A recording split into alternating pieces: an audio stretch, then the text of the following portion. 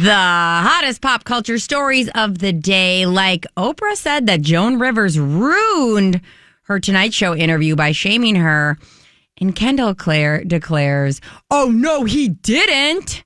This is Hot to Go. I'm Brittany. Oh, no, he didn't, Kendall. And I'm Mike. And we've got a story that is honestly an insight into Oprah's career in a way that is haunting. She talked about what it felt like to be looked at as plus size in the industry as she honestly was dominating daytime television. She recounts a time that she was on The Tonight Show and was hosted by Joan Rivers. And in the interview, Joan Rivers mentions that you should be losing weight, you're an inappropriate weight, and you should lose 15 pounds before you ever come back here. So Joan Rivers on live television said you should lose 15 pounds before you ever come back here. Yeah, I think that some of this was said on TV and some of it was off. The way that Oprah was describing it, you couldn't really tell the difference. And either way, it was so funny because Oprah's brain went to a place of not like, how dare she, but yeah, I should lose that 15 pounds so that I can come back here. Like, oh, okay. Joan Rivers also notorious for telling people all about themselves in a way that really wasn't necessary. No, I mean, it was like some parts of it is why she was so famous, and some of it is just so cruel. Mm-hmm. She said that specifically. She said, "Shame, shame, shame on you for not losing the weight. How did you gain the weight?" Winfrey recalled this. I remember leaving feeling embarrassed, but she said I could come back if I lost 15 pounds. And she said, "How could I lose that 15 pounds?" I mean, in this interview, it's so funny because Oprah Winfrey has been pretty much attacked for doing a GLP-1 medication. Then you look back at the 20 plus years of time she's been ridiculed or the butt of a joke, or the gaining and losing weight and the diet culture of it all. And you go, so wait, you're mad at her when she's her struggles with weight loss, and then you're mad at her when she finds a solution for her? I still remember, and I was really young, or at least I watched the clips later on. I don't recall, but when she lost the 50 pounds, whatever it was, and she took the wagon with her of the fat and walked out on stage. Yeah, that was this is how much fat that I've lost. It's such a visceral moment. You can remember that specifically with the wheelbarrow of it all. Yeah, and she had that very cinched jeans with the waistline that was just, it was wow, yeah, you have. And I think it was just so normal. So normal. To be oh, that's amazing. I'm so proud of you without questioning. How are you, how do you feel about it? If you didn't feel pressured to be thin, would you care? Yeah, it's heartbreaking to know that somebody can be at the top of their industry, the top of their game, and they end of the day, they're looking at themselves being I am a failure, that I am very hyper focused on this one aspect about me, and that the world is deciding to not maybe know that she is this strong Black woman who absolutely dominates daytime television, that they can just dismiss it and say, but she's overweight. Yeah. She's fat. And the idea that back then having that conversation on The Tonight Show was not only just oh, no big deal. It was also the idea that you're Oprah. Tell Joan Rivers to bleep off. Totally. Seriously. Totally. The fact that because it was The Tonight Show, she took it so seriously. And she talked about in this interview that she was you're right. I have to lose that 15 pounds. And then she talked about that battle of food noise. And every time she took a bite of something, she was oh, that means I have to do this much more to burn off those extra calories that I just took in. And it's this idea that, oh, because this person who has a platform told you this, that is what is true. That's gospel. I have to take that as truth. It should. I mean, there is a sense that if even Oprah can be talked down to on TV in a medium that she dominates. I mean, you could say that Oprah has been one of the best hosts that's ever existed in our lifetime. Right. And even she can be read to filth by somebody mentioning losing 15 pounds. I don't know if that makes you feel better or worse, but it just kind of puts you in the mindset of she's just a human, and weight is just one of those things that just, unfortunately, especially back then, that was like constantly talked about. I think the crux of the whole thing is like what Mike said, where you go, "You're Oprah. You're Oprah." What do you mean? Someone told you you couldn't be on the show, and shame on you. You're Oprah. You're Oprah, right? Like, yeah, we'd let somebody else talk to us like that, but you're Oprah. She talked about how we're talking about Oprah Winfrey, kind of reflecting on her career and her ups and downs and her relationships with her own body and the public's obsession with her weight. She said she was ridiculed in the tabloids every single week for 20 years, and she grew to accept that as a way of being. I mean, and we all know it. Even as kids, we're like, Oprah's fat. You know what I mean? Like, we'd have that weird thought in our head. Right. You look back at her and you go, what was I don't know why I was so convinced. Like, it's such a stupid phrase. Somebody being fat is such a dumb thing. And it just takes away from them as a human. But it was just something we go, yeah, that's her. She's that. She struggles with weight up and down. And you go, yeah, so does everybody. It's wild. It's so wild. Oh, no, he didn't. Chris Noth did not just articulate how much he hates Sarah Jessica Parker. I know he didn't do that online, right? He posted, F New Year's, let's go. And it's like this selfie of him very seriously at the gym. Like at working out, sitting at a bench. Sitting on a bench. Which is funny to think about because like I get how like I would do something like this and prop my phone up. First off, this wasn't a one-take wonder. You know, he did about like 4 takes. And he sat there like staring at the wall, acting like this is some so cool. Spontaneous photo. So he says, yeah, F New Year's, let's go. And a fan commented in the comment section, said, you mean F SJP in her award, right? Because she just accepted the Carol Burnett Award. And Noth actually responded and said, right. What? Okay. Let's back it up. You remember they were both, of course, on Sex and the City. They were love interests. She's Carrie. He's Mr. Big. He gets killed off once they do the spinoff, and just like that, because, I don't know, he was accused by 2 different women of sexual assault. And I don't know if he like really verbalized this or if I'm just misremembering, but he was not happy with the way that Sarah Jessica Parker reacted to those accusations. She and Charlotte, I call Charlotte, like she and the rest of the team of Kristen Davis and Cynthia Nixon said like that they came out with a statement afterwards and were like, we are deeply saddened to hear the allegations against Chris Noth. We support the women who have come forward and shared their painful experiences. We know it must be very difficult to do and we commend them for it. So she didn't like ever attack him. It was, hey, we support women. We believe women. Done, you know. But the fact that all these years later, on a stupid post after she gets an award that has nothing to do with him, he's in this place of like someone going, you mean Sarah Jessica Parker? And he's like, right. Well, why? Like you're so dumb. Stop being such a victim. You did this to yourself and to other people. You're also holding like 15-pound weights. And like clear. I like all of this is such like Kendall is saying.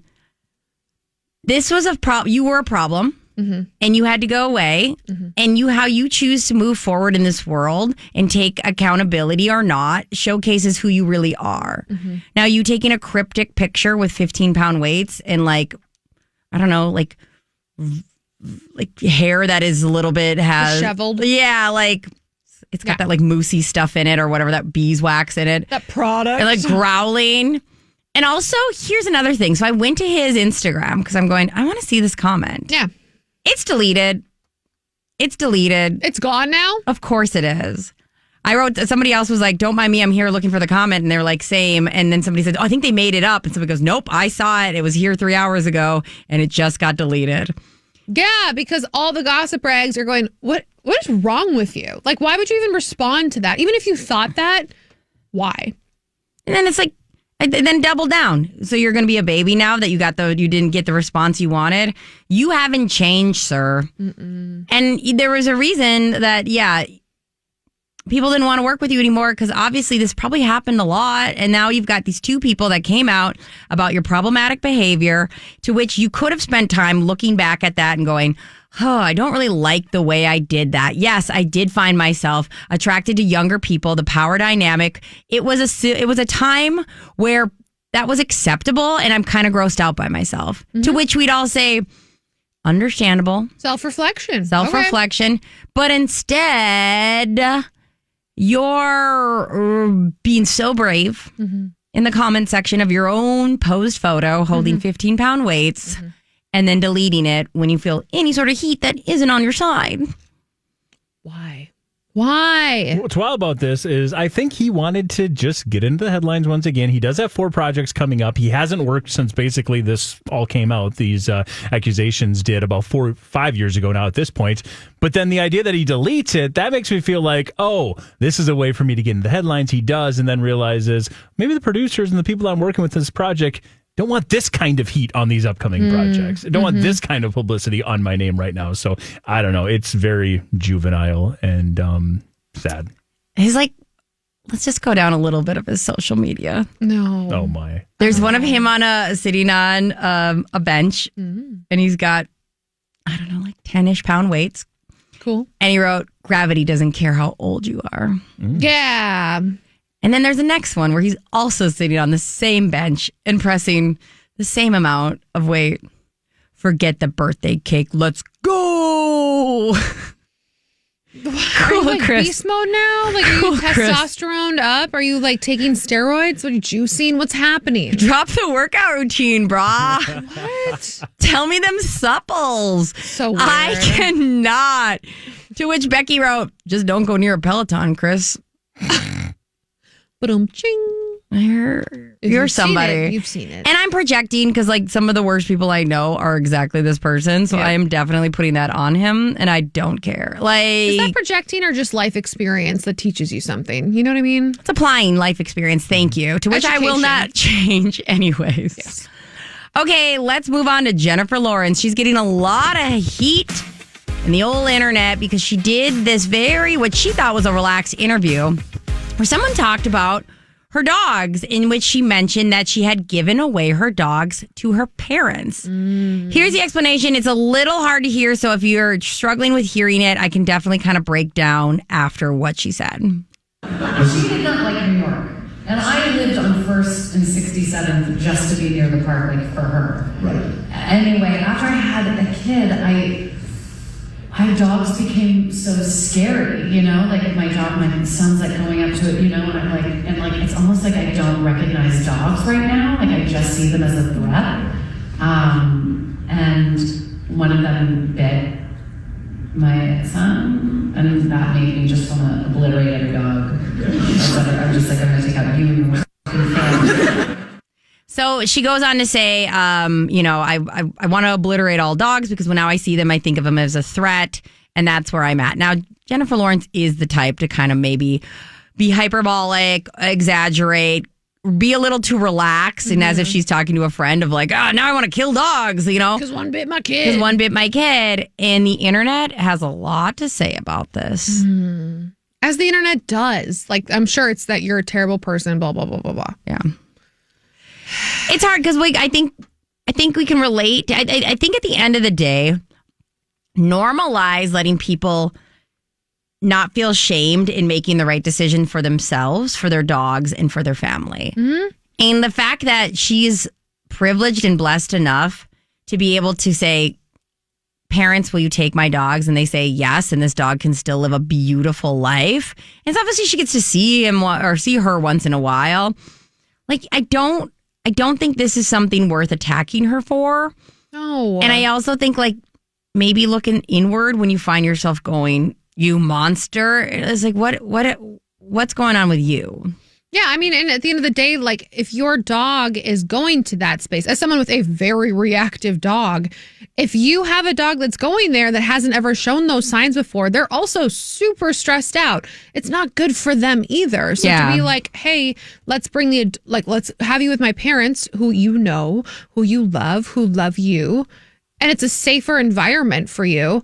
it's not like it's an easy, flippant decision. Yeah. Like she said, this was her whole life. I mean, we had to have these discussions when I was pregnant the first time around. Like, we don't know how our very reactive dog is going to react, especially because I'm her person. Yeah. Like everything, the reason she's so reactive is because she just loves mama so much.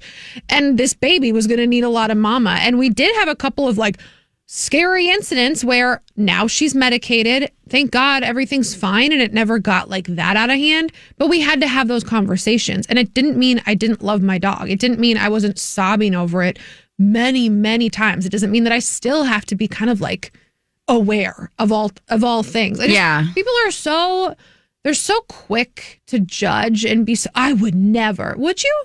Would you never? Would you never?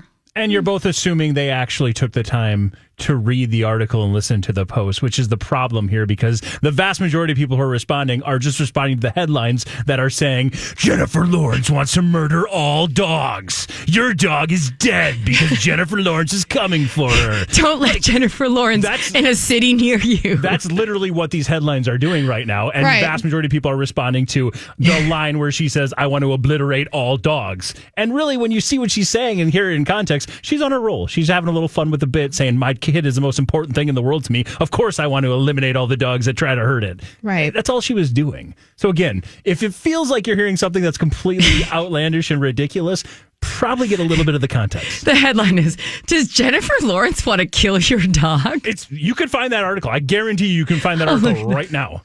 It's a horror show coming to you this summer. I can't stop laughing, so I'm having trouble. Lawrence, want to kill your dog. To kill your dog. Oh, yep.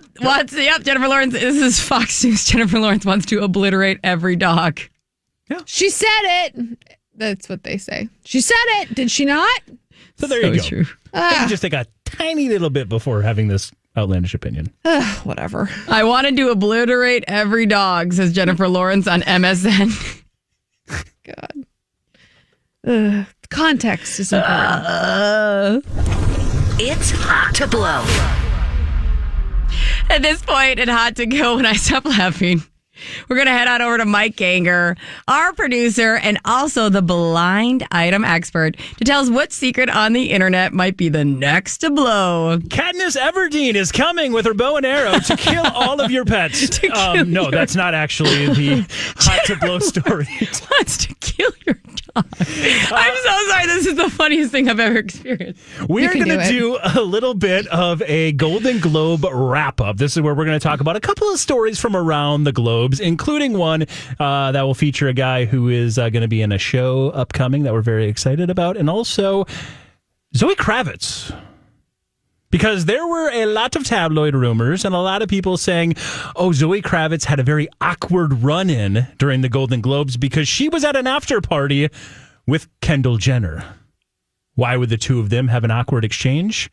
Well, because they're both exes of Harry Styles. You mean she's an ex of Harry Styles? Sorry. Kendall Jenner is. Well, there's that, yeah. Kendall Jenner is an ex of Harry Styles, and Zoe Kravitz is currently dating, in air quotes, Harry Styles. Hey, I'm love pretending. is love. I'm pretending to be mad on Kendall's behalf. Thanks. Well, first off, the idea that Kendall Jenner has some sort of, feelings about the Harry Styles relationship that she had for about 45 seconds 12 years ago. Yeah. It was a little comical. I kind of forgot they were even together, and I know my Jenner Kardashians. I also feel like, let's call a spade a spade. She's not exactly the type that's going to be confrontational. No. Like, even if she did have some strong feeling about it, I don't foresee her being the type that's like, hey, Zoe Kravitz, who easily could be the most intimidating person that's ever existed. Mm-hmm. Hey, you're maybe kind of dating my ex. Okay, doll.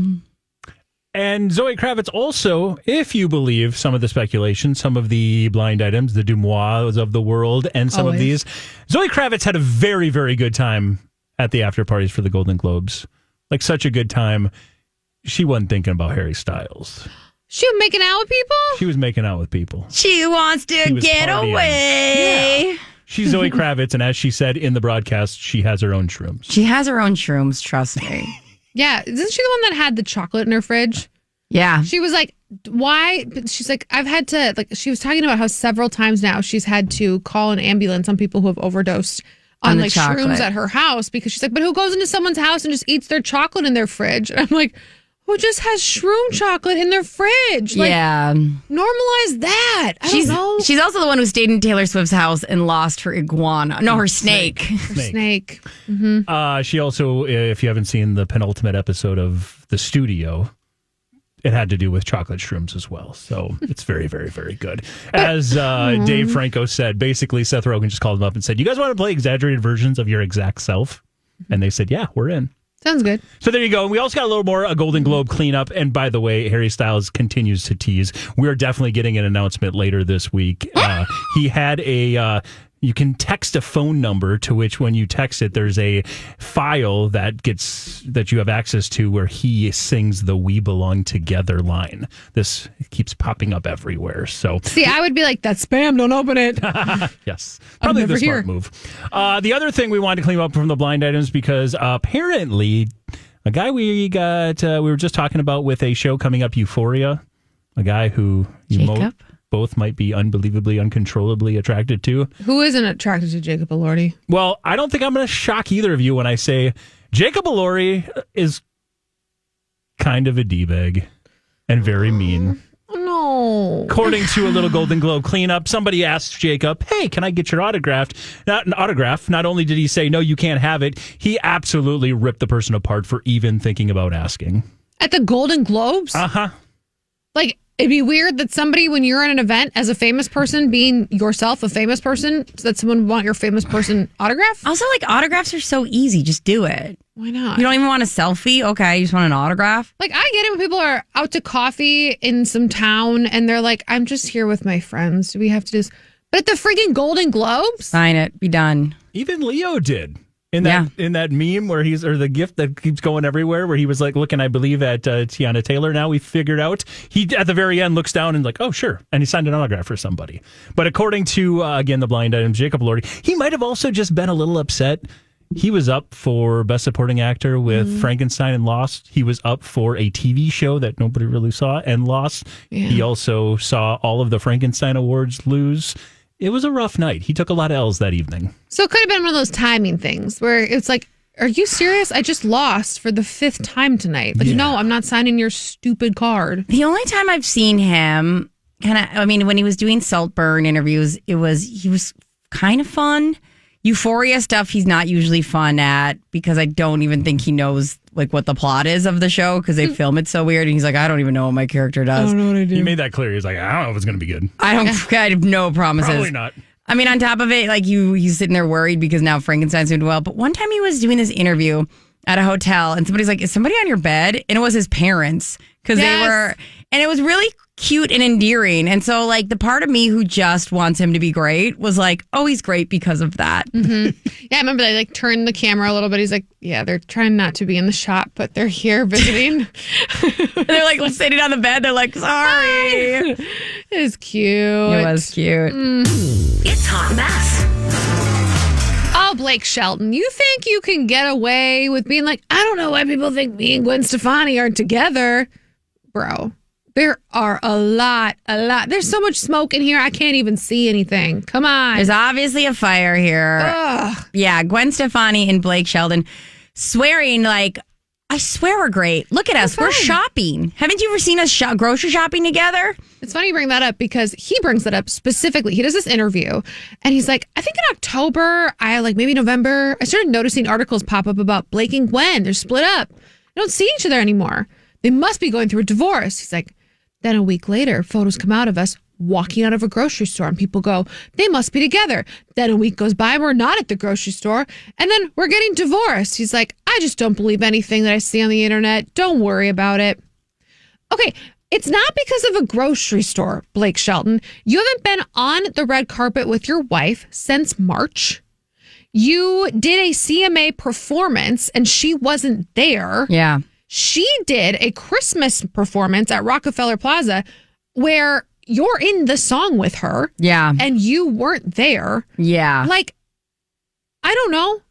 Maybe that's why everyone's going, this couple that used to be like very PDA filled is suddenly not at any event together. That's such a good point. Like they honestly cut their teeth as a relationship on the fact that they were constantly together, that they were like grooming each other, literally like petting each other. Yeah. They were so obsessed with each other. And like Gwen was like so into the idea of I'm middle America now. I'm just like love my husband. That's like Jesus' husband in football. Those are the things I love now. Oh yeah, her third person in her marriage was God. That was the headline. Yeah, she's like, I love a threesome. Thruple. God is part of my threesome. Like, to which we all said, ew, does he? I don't think he can consent. Yeah. So yeah, it's weird. It's weird that two of the people who literally built their careers of these last 5-6 years on being together and doing things together have been so separate. Because there are couples that live very separate. I mean, Dolly and rest in peace, her husband lived a very separate life. Those things align, but like the idea of these two people who did constantly together now not even showing up at an event where he is the one who sings the duet with her is so wild. In New York, the easiest place to fly in and out of. So weird. That they'd be willing to pay him money to do it. Something ain't right here. It's not. I might not be in the blinds, but I can smell it. This is a divorce. It's happening. A divorce? It would be his third. So and it's kind of checking out time-wise, like the length of the marriage with the other two divorces. So I'm just saying. Just don't look too close to the timeline of when his last divorce happened and when he got with Gwen, because the timeline issue there, Miranda Lambert. Overlap. Oh, this is your hot to go. Please like, subscribe, please. And if you're watching on YouTube, comment if you think that Jennifer Lawrence was wrong in getting rid of her dog. We want to hear your opinion.